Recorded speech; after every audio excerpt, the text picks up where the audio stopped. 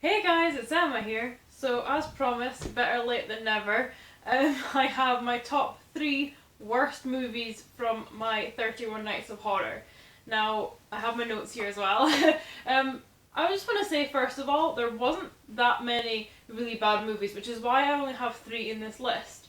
I'm going to have 5 for my favourite, but for this there's just 3 because um, I think all bar maybe one of the movies I watched this month, they were all movies I'd never seen before. That was what I wanted to do with the 31 Nights of Horror. I wanted to find new movies, scary movies, good movies, and watch them through October. Get your guys' suggestions and watch some really good movies, which I did. So as I say, there wasn't that many that I really, really didn't like. So there's only going to be 3 in this list. But without further ado, let's get to it. So number 3 is going to be Friday the 13th, the final chapter. Now, again, I didn't hate this movie, but it was one of my least favourites. It's the 4th movie in the franchise. There are more, and I actually stopped watching after this one. I was just like, no, I'm not going to keep going. So, like all the rest of them before, it's the same kind of story. I think it just gets kind of boring after a while. Not boring, but like stale. How many times can you do the same story and twist it up? So the first 3, I really did actually enjoy. I was surprised how much I enjoyed them.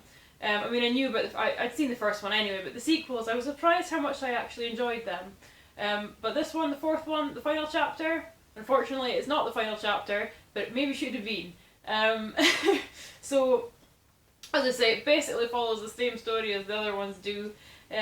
Group of kids rent a cabin, or in this case a house, in the middle of nowhere to spend summer or a little vacation, and who comes along but Jason to ruin their fun when all they're trying to do is get laid. That is a rule in this movie, and in all of them. If you're trying to get laid, Jason's gonna come and get you.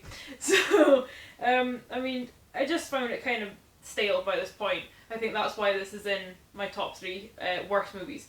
The redeeming factor why this is only number 3 is because Corey Feldman is in it, and I love him. I think he's awesome, and he does a really good performance, and especially the really creepy bit at the end. Like, I didn't like this movie, but it's worth watching just to see him at the end.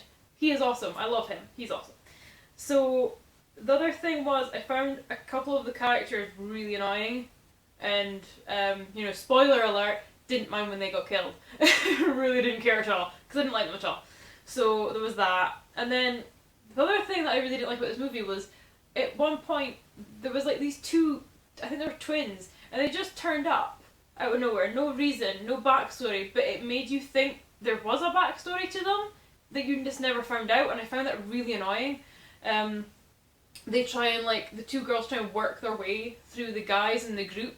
They're trying to hit on them, and if it's not working or whatever, one of them will motion to the next one, so they'll go over to the next one, and you're like, there must be a story to that, but they don't give you one. So that annoyed me, because I was like, they should have played on that more. Just put something in, I don't know what, but just something, because they made it such a thing that it was like, there has to be a reason for this, and then they didn't give you a reason, which really pissed me off. But yeah, so that is number 3. Number 2 is Freddys Dead, the Final Nightmare. Oh dear, that was a bad movie. So, I can't remember what number this is, 5 or 6 or something. And again, up until this point, I've been so impressed with all the movies. Again, I've got the first one, I love the first one, the original. But all the sequels, I'd never seen the sequels before, and I was so impressed with all of them.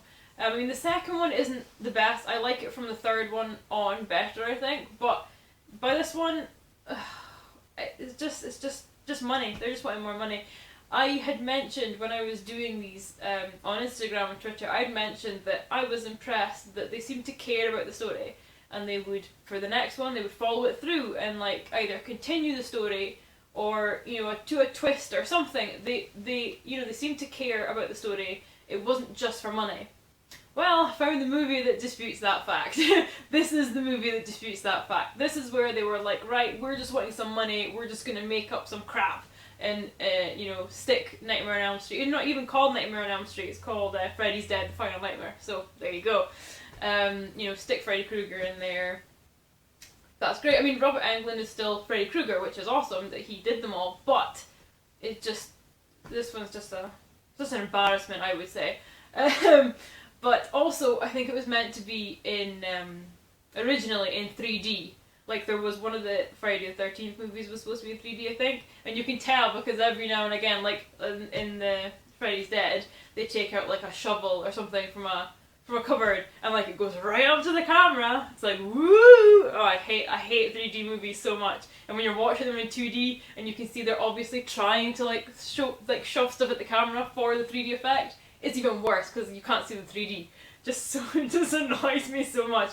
But yeah, for this movie, they just made up crap.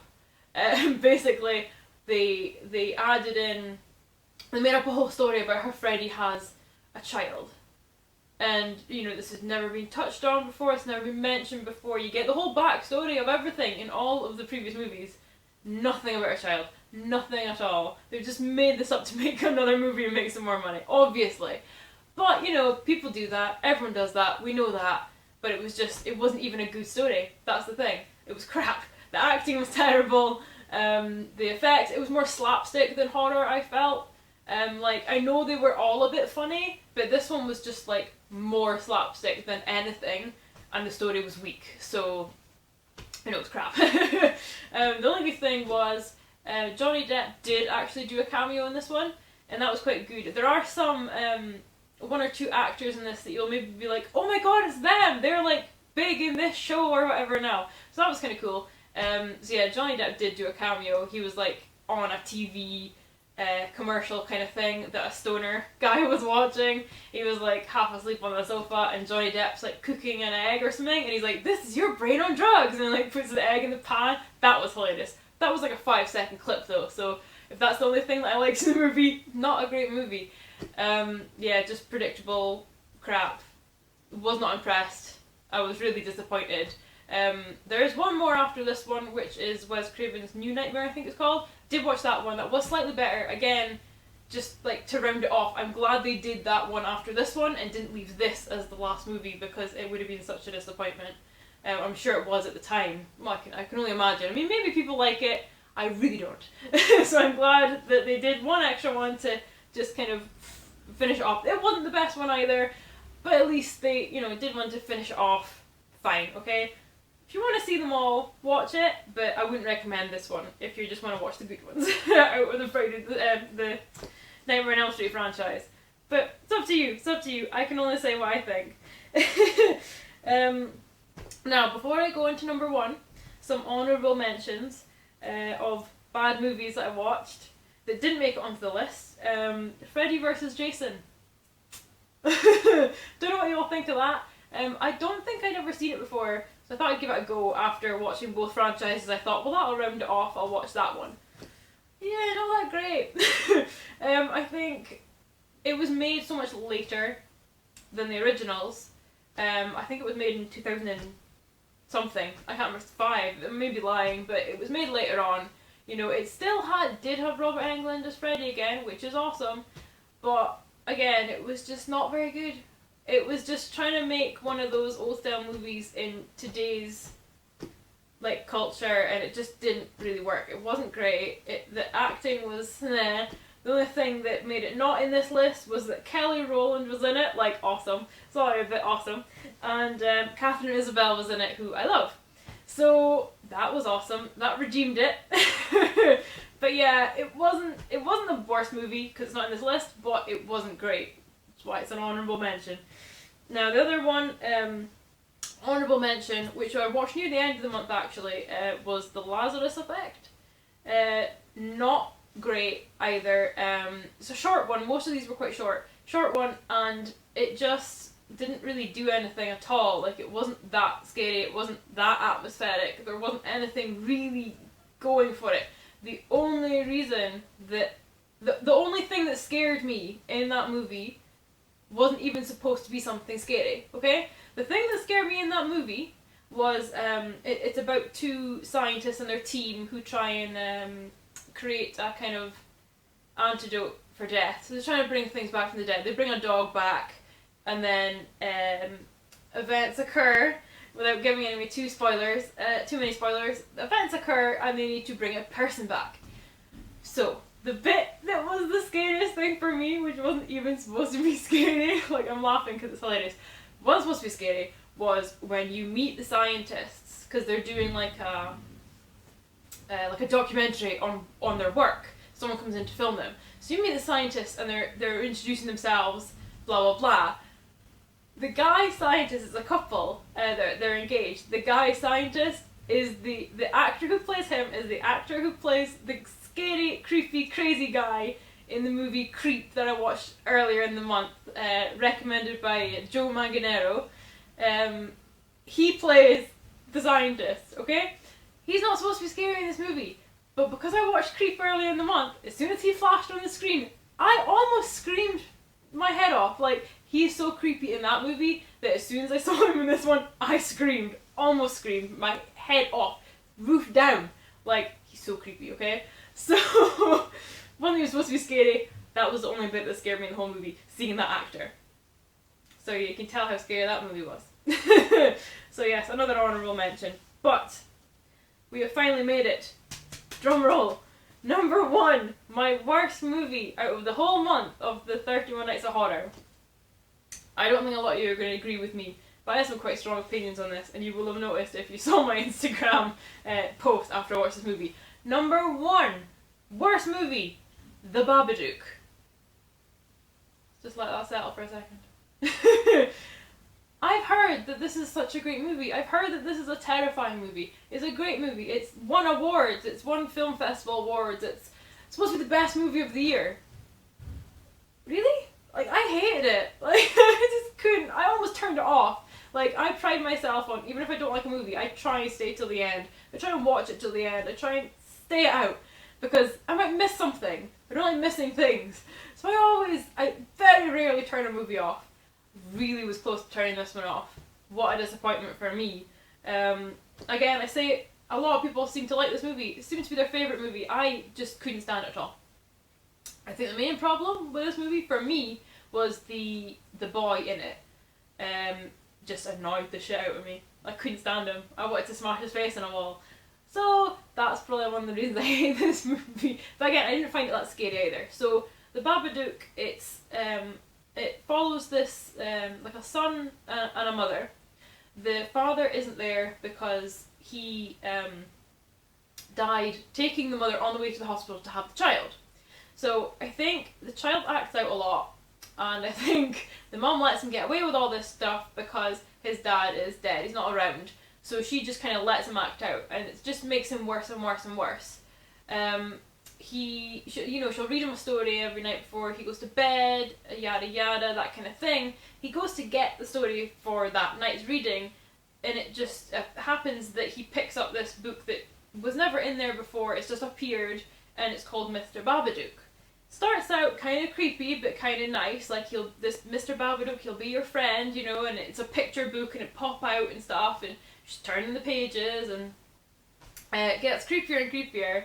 I mean, it looks quite dark, the book anyway, but, you know, it starts out nice, and then it's kind of like he'll get you in your sleep kind of thing. So, obviously, the kid freaks out. He's quite a nervous disposition anyway. He crawls into his mum's bed at night a lot, which I don't think she likes, especially when she'll maybe have a visitor from a certain battery-operated friend, and he crawls into the bed. Not so good. But, yeah, so she quickly shuts the book and is like, oh crap, he's gonna be scared now. Follows on through that. The nights go by, he's not really sleeping, he's terrified. He thinks that Mr. Babadook is in, that she's let him in. She hears like a knock on the door, so she opens the door. There's no one there, she closes the door. He's like, Mr. Babadook is here, you've let him in. Scary, scary, scary. Not really scary to me, but the kid was terrified. It gets worse. He's sleep deprivated, so he's seeing things. She thinks he's seeing things like that. She tries to get medication for him. Blah blah blah. Like, I'm even bored telling you what it's about. And then after a while, she starts to think maybe there is something going on. She tries to destroy the book. She chucks it in the bin, I think, and it turns up back on the shelf. She tries to burn it. I think it comes back again, so she realises, oh, something's going on here. That's not right. So, it kind of escalates and escalates, and then the Babadook, appears. And to be fair, he is pretty freaky looking. He is scary, but nothing really happens till over an hour in, which is already like halfway through the movie, and you don't see him that much. I think it's supposed to be this whole what you don't see is scarier, but it doesn't really work in this case because nothing's going on. It's just like a bump or a creak or like a shadow or whatever, but in some cases that's scary if you do it right, but I just don't think they did it right. There was nothing to go on. There wasn't enough. So when you did see the Babadook, it was scary, but you saw him for like a few seconds, that was it. It was gone, it was done. So, I don't know. Just, for me, I was really disappointed because I was looking forward to that when I heard such good things about it. I was just so disappointed. As I say, it gets slightly better near the end, but no, just not for me at all. And I think because of the kid was so annoying, that's why I hated this movie the most out of all the movies that I watched this month for October. So that is my list. That is my top 3 worst movies of October for my 31 Nights of Horror. So let me know what you think. Have a look back through my Instagram thing, see what I watched, see what I thought of them. If you agree, if you disagree, let me know. Comment below, and as always, like, comment, subscribe, and I'll catch you next time. Bye!